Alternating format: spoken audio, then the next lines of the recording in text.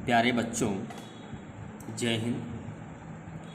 बच्चों, class 8th subject science lesson first cell. बच्चों, exercise work है क्वेश्चन नंबर 5 से। लेसन फर्स्ट का एक्सरसाइज वर्क,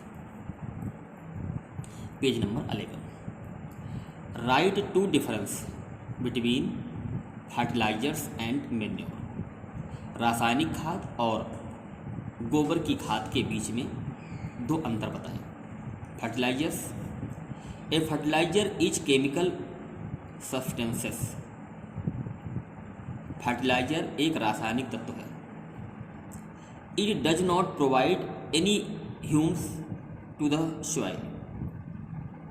इट मीन्स रासायनिक खाद मिट्टी को कोई भी ह्यूम्स उपलब्ध नहीं कराती है। अब मैन्योर देखिए, manure is a natural substances.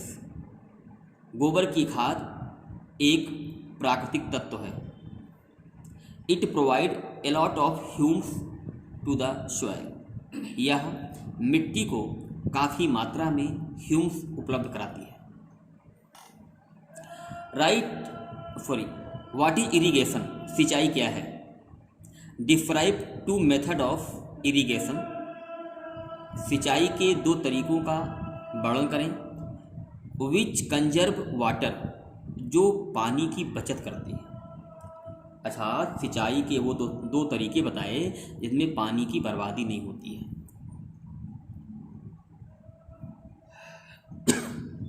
Irrigation, सिंचाई, the supply of water to crop at different interval of time is called irrigation. फसलों को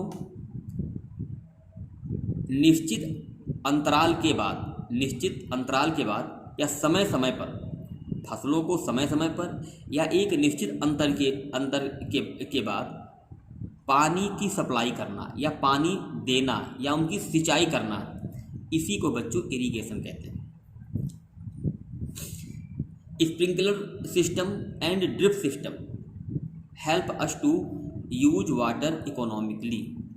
स्प्रिंकलर सिस्टम और ड्रिप सिस्टम पानी की आर्थिक रूप से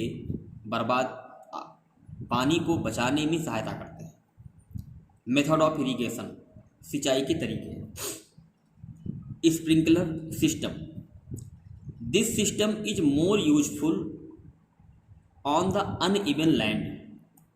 यह तरीका अनइवन माने जो भूमि समतल नहीं है, ऊंची नीची जमीन के लिए यह तरीका बहुत लाभकारी है। Where water is available in smaller quantity, जहाँ पर पानी बहुत कम मात्रा में उपलब्ध है। Nozzle are use to sprinkle in water. Nozzle जो है, स्प्रिंकल में बच्चों नोजल एक ढब्बी होती है, वो घूमती रहती है और चारों ओर घूम घूम के सिंचाई करती रहती है। आपको मैं दिखा रहा हूँ आपको। ये देखो, ये है स्प्रिंकलर सिस्टम। ये पाइप है, ये गई हुई है, ये पाइप है, इनको नोजल लगे हुए हैं। इसमें से पानी जो है निकलता रहता है, वो घूमता रहता है, पानी चारों तरफ बिखेरता रहता है, ठीक है ना। इससे पानी बर्बाद नहीं होता और पानी को मिट्टी सोखती हुई चली जाती है।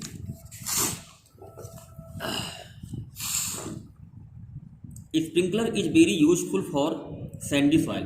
बलुई मिट्टी के लिए स्प्रिंकलर सिस्टम बहुत ही लाभकारी है। Drip system, it is the best, बच्चों ड्रिप में बूंद। It is the best technique of watering fruit plants, garden and trees. यह सिंचाई का तरीका पौधे वाले पेड़, बागानों और पेड़ों के लिए यह सिंचाई अच्छी होती है। In this system the water fall drop by drop just as a position of the root.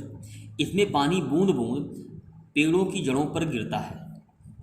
There for it is called drip system, इसीलिए इसको हम ड्रिप सिस्टम कहते हैं, अर्थात इसमें पानी बूंद बूंद गिरता है पौधों की जड़ों पे, इसलिए इसे हम बच्चों ड्रिप सिस्टम कहते हैं। इन दिस सिस्टम, इस सिस्टम में water is not waste at all, इसमें ज़्यादा पानी बर्बाद नहीं होता है। बच्चों नीचे देखें आप ड्रिप सिस्टम को,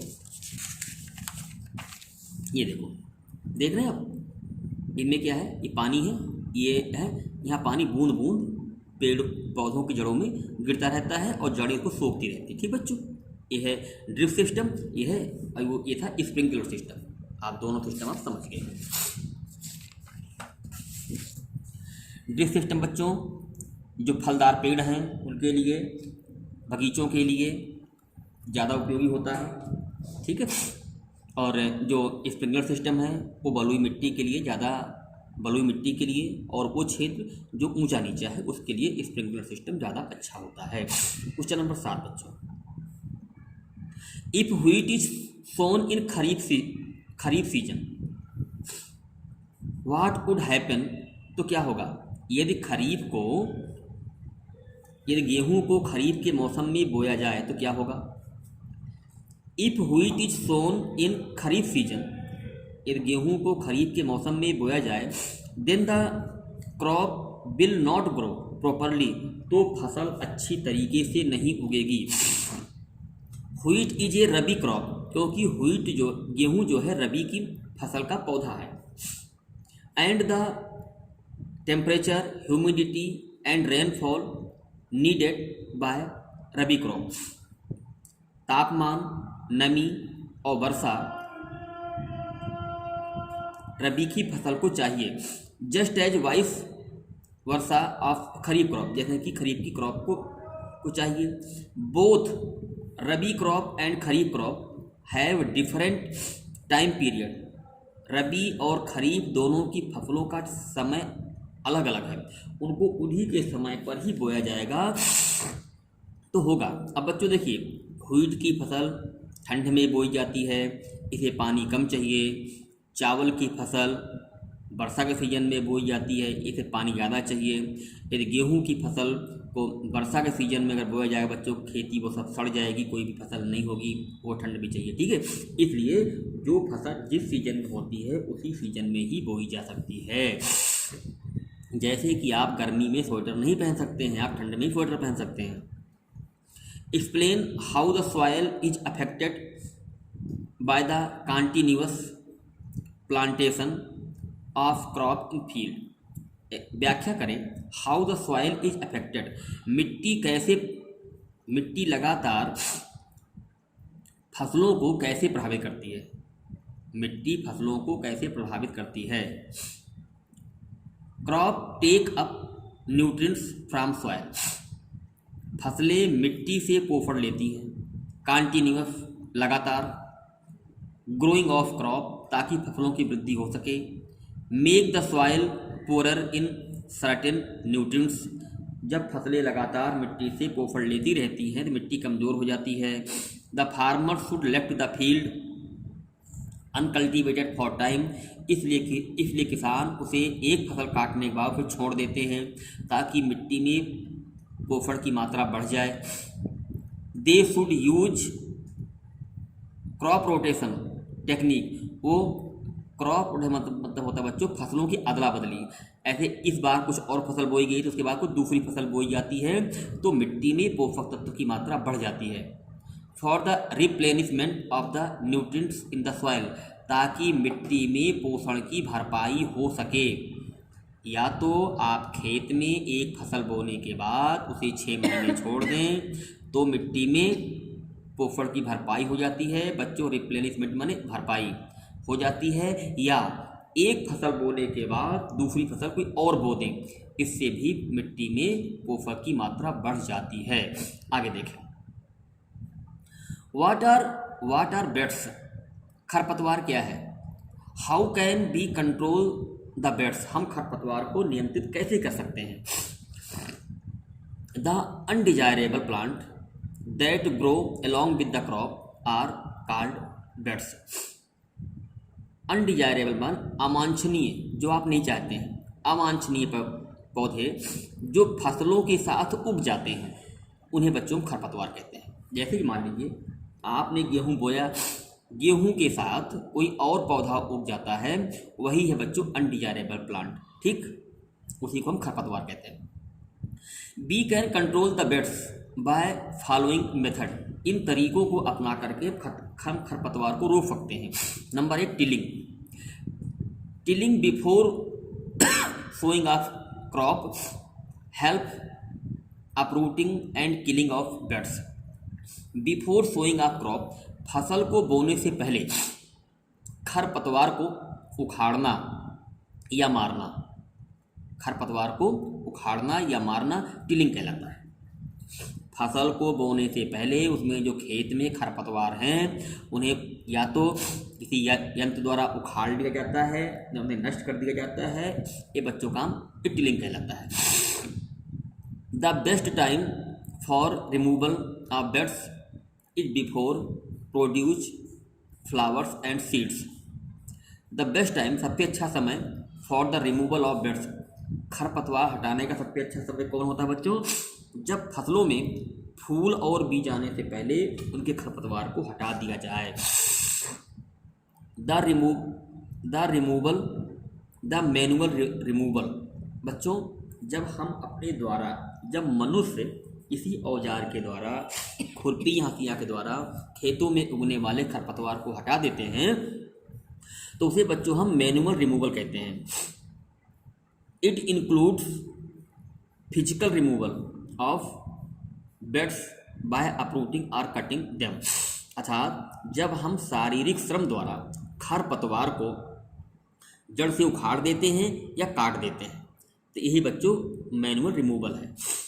close to ground from the time to time, समय समय पर ऐसा हम करते रहते हैं। It is done with the help of खुरपी और हैरो, या खुरपी और हैरो की सहायता से किया जाता है। आपको मैं दिखाता हूँ बच्चों, देखो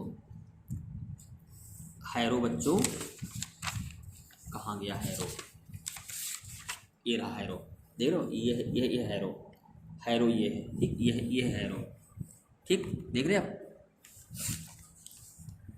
देखो यूज ऑफ बेडिकेट्स, बेडिकेट माने केमिकल वाली दवाइयाँ जो हम खेतों में डाल देते हैं, इससे खरपतवार नष्ट हो जाते हैं। Pests are also controlled by using certain chemical, एक निश्चित रसायन का प्रयोग करके हम खरपतवार को रोक सकते हैं। इसी को बच्चों हम बेडिसाइड्स कहते हैं, कीटनाशक दवाइयाँ, ठीक। लाइक 2,4-D, जैसे 2,4-D एक बेडिकेट से एक दवाई है, इसको हम खेतों में हम छिड़क देते हैं, डाल देते हैं, स्प्रे कर देते हैं, इससे खरपतवार नष्ट हो जाता है। Pesticides are spread in the field to kill the pests, बेडिकेट मतलब कीटनाशक दवाइयों को स्प्रे किया जाता है खेतों में ताकि खरपतवार मर सके या समाप्त हो सके। बच्चों समझ गए होंगे आप। आगे देखें, arrange the following boxes in proper order to make a flow chart of sugar cane crop production. बच्चों आपको गन्ने का उत्पादन करना है, गन्ने को आपको खेत में बोना है, तो सबसे पहले आप क्या करेंगे? 1 2 3 4 आपको 7 पॉइंट दिए गए हैं। सबसे पहले आप क्या करेंगे? प्रिपेयर ऑफ सॉइल, ये नंबर 1 पे आएगा, 5वां नंबर 1 पे होगा। फिर क्या है? प्लाउजिंग द फील्ड, खेत को जोतना, खेत को